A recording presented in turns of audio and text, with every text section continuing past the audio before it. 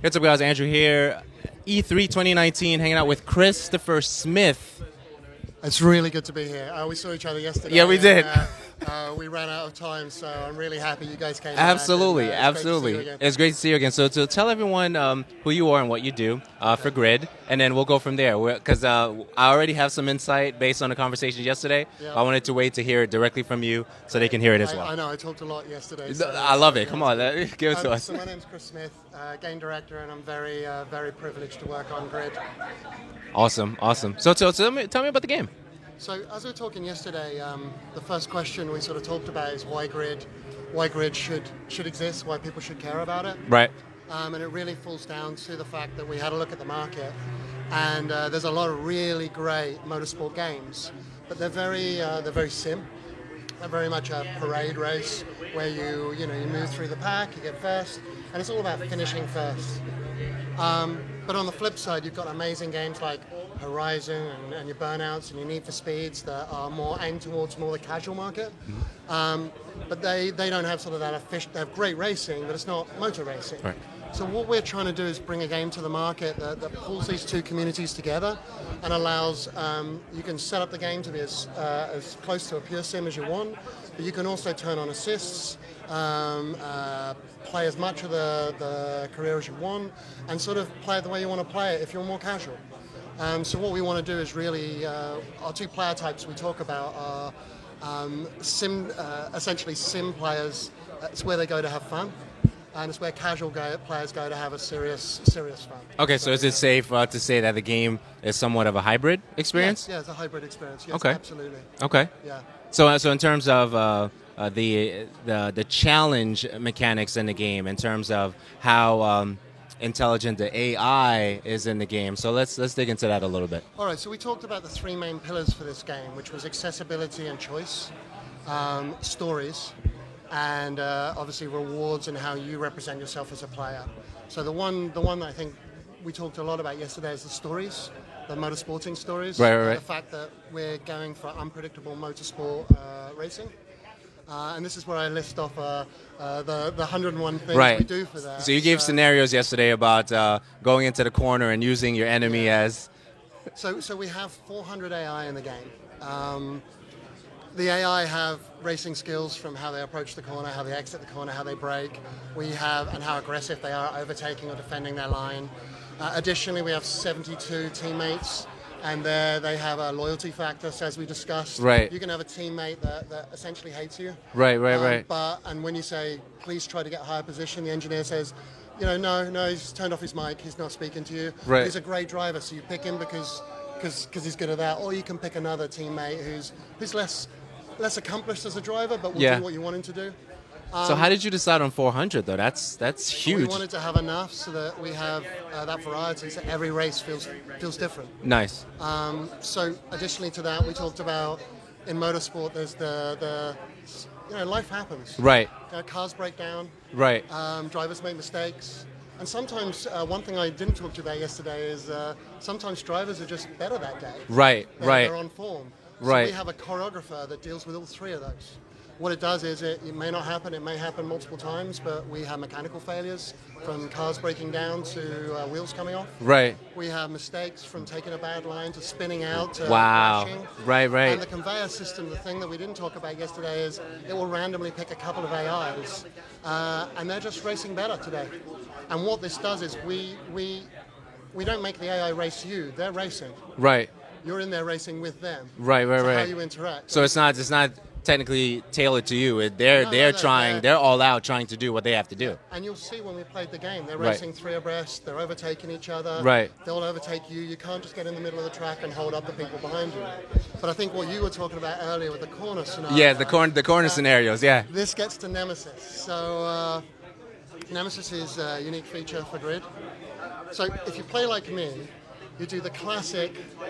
To get round a corner when there's AI, you Right. slam into the AI and then you go off. Right. That's us casuals. Right.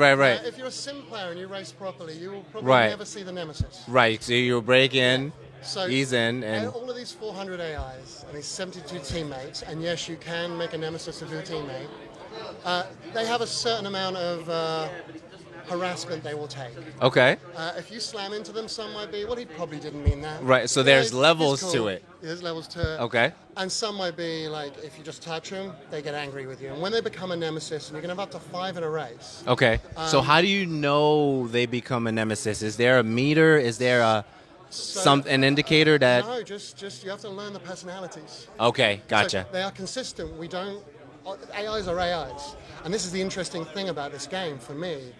Is usually when I play a racing game, when I'm offline, I don't remember the names. Okay.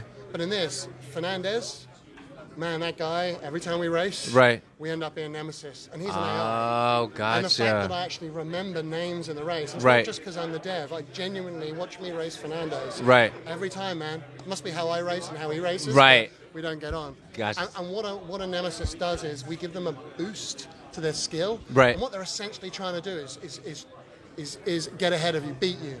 You've annoyed them, and they just want to beat you. Right. They will, and if they get in front of you, they'll try and block you. They may even initiate. They're the only AI that does this. A little bit of rubbing is racing. Right. Right. Right. You know, we don't encourage rubbing is racing, but we don't discourage it. Right. So again, if you're a sim player, you'll never see any of this because you drive politely. If you're more, let's say, enthusiastic, like I am, then Nemesis becomes part of the game. Right. Right. So again, all of these AIs, all of these choreographers, the Nemesis system, what we're trying to do is bring the drama of what I see when I watch motorsport. Because you watch motorsport, it isn't just a camera on the person trying to finish first. Right. It is all the personalities, it's the battle in 15th and 16th, Right. third and second, a mechanical failure, and what that does to the positions. It is all of that. So that's what's compelling to me when I watch motorsport. And it's what I miss when I play motorsport simulations. Like, I love simulations, but sometimes I just want that drama and that unpredictable nature of watching motorsport. So you mix that in with all the different car classes that could happen on all our different courses. You end up having a game where you race and you don't know what's going to happen. And it's not, we don't turn this up to ridiculous levels, but it could happen a couple of times, like a crash or a Right. mistake. Right. Nemesis is up to you. Who you have as your teammate is up to you. So there's what you do, there's Right. what you select, and then there's what the people who are racing with you do. So it turns into a real pleasure to race because Right. there's that. Oh well, I'm not just doing the same thing every time. And I So think it's really great. there's a level of anxiety because you know that the race will never be exactly the same in every experience. Sort of in the same way you do when you play multiplayer. Right. We are bringing the Nemesis system to multiplayer, but when I play multiplayer, there is an unpredictable nature of, oh, that guy crashed, or that guy hit me, or that guy drove brilliantly. Like all that drama, we've got in the single player campaign as well. And just so you know, I think we talked about this yesterday, but after launch, we are bringing split screen to Right. it. I was just about to ask about that. Yeah, so, you're right on it. Right. As I said, I'm wearing my Brazilian top today. Yeah. Give a shout out. Give a shout out. Linda, I love you. My daughter is 3 years old. She's Brazilian. That's beautiful. She asked me to wear this today, but she also loves driving games. So it was a fan request, but also I love the idea that when it does come out, I can sit and we can play together. That's awesome. That's awesome. So I'm excited about that. So in terms of like when you're in the experience and you're trying to pick a different class to go into, I'm not sure if it exists in the game, but I'll explain. So usually in a lot of racing games, there are different leagues that you need to go to get qualified for the next particular It's our piece. structure for our career. So we have 104 events. Wow. Each events could have 1 to 5 races. So that's a lot of content. And that's split within what we call threads. So we have 6 threads from stock car. Alonso's FA Racing team is a thread, so it's more open wheel racing.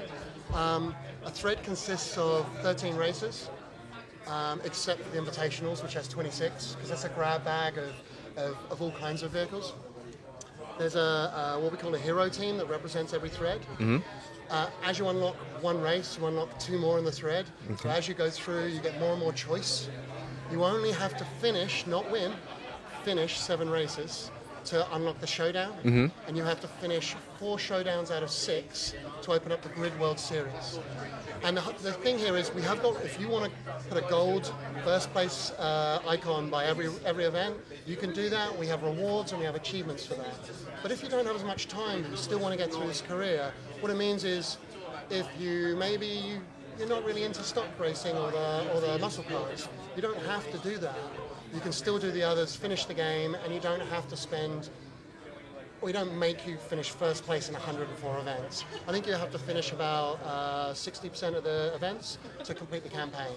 But of course, if you 100% it, there's additional rewards and additional achievements. Okay, so we were talking about before and Lulu shooters where there's resets of a particular day. Yeah. Is there things that we can expect where each week there's a timed event for a particular thing to get additional unlocks or anything like that? So we haven't fully formed what features we want to add post-release. Okay.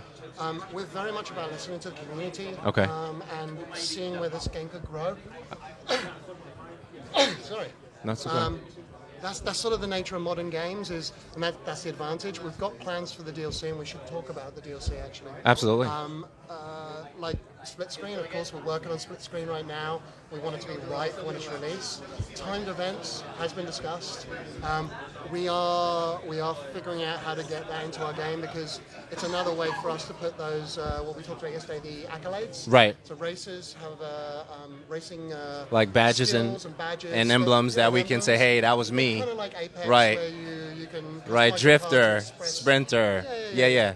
So what we would like to do is have some double experience weekends. But Right. we're looking and figuring out moving forward with the DLC what we want to add, what people want. Right. So look out for that. It's a possibility. No Okay. promises at this Okay. point. So the DLC is definitely going to be community driven. Yeah, well, we have to go ahead. So at the moment we've got sort of feedback for the first half. As it comes out and as people respond to it, what we'll do is we'll look at it and see if something floats to the top. We'll do our best to put it in. Right. There's always resources and time. Absolutely. But what we want to do is respond because things like a split screen, we know That's- when you look back over the forums and you look at the feedback now. That's one of the things something that we're keeps asking coming for. up, right? Demolition Derby, that's been coming up, so we've been talking about how we could possibly get that into the game. So we have a long period of DLC, so towards the mid and end is what we start looking at now. So as the game comes out, we can start formulating plans on that. Awesome. So I wanted to mention this before it slips. Customization of the cars. Yes. Talk about that. So at the moment, you can do liveries, paint jobs. You can make it look nice. We don't have a bespoke, in-depth livery editor. As we talked yesterday, we looked at doing that, but when you develop a game, you have time, resources, and money. Right. That's Absolutely. what it is. Absolutely. And what we looked at essentially was to make an editor that allows you to express yourself. But if we'd gone any deeper for the launch, we would have had to sacrifice the on-track experience. And what we did is put all of our priority onto that on-track driving experience and the variety and all those stories that you can do. So I love our livery editor right now. There's a lot of liveries to unlock. You'll be able to customize enough, I believe. You can also customize your card, Apex as we talked about. So I think there's enough to express who you want to be with your cars and what kind of driver you are, especially when you go online. Okay. Very cool. So is there anything I didn't mention that you wish I mentioned before we begin wrapping up? What are some features that you definitely want to have in this particular conversation as it relates to the game? Because I know you mentioned DLC. Do you want to elaborate a little bit more on the DLC before we close? I do, because something that's really important. Something that's really important to me is that people realize when DLC come out, if there's any new tracks, and there will be new tracks, they're going to be free. Race modes are going to be free. That's awesome. So if you have the DLC and I don't, I can come on. I rent a car because there'll be new cars. Renting a car is not real money. There's no microtransactions here. You'll just take away from your winnings a little bit. And if you decide you really love our game, and we hope people do because I believe they will, the DLC is about cars, extra careers, and extra content we think you'll love, as opposed to making content you have to play with your friends. Absolutely. So going forwards, tracks through the entire first 2 waves of seasons, all tracks are going to be complimentary. That's awesome. That's Which is awesome. big for us. That's exciting. And we say no to microtransactions as well. So Oh, you said no to No microtransactions. microtransactions. That's awesome. Okay, so so we want to We want to love our community. We want to love our players. Yeah. We want them to be excited and enjoy the game. That's awesome. Okay, so availability, I guess we'll wrap with that. Okay. And so we're out September 13th. September 13th. I am super excited for it. And I just want to say one thing. If you have fun with this game, the team that's working so hard back at Codemasters to get this done, and they're putting in so much passion. If you have fun with this game, however you play it, however you choose to play it, then we've done the right job, and I truly hope everyone has fun. Awesome. Chris, thank you so much for your time. I appreciate it. Thank you so much. It was a much. pleasure. You're awesome, my friend. Thank you so much. Ciao. We're done.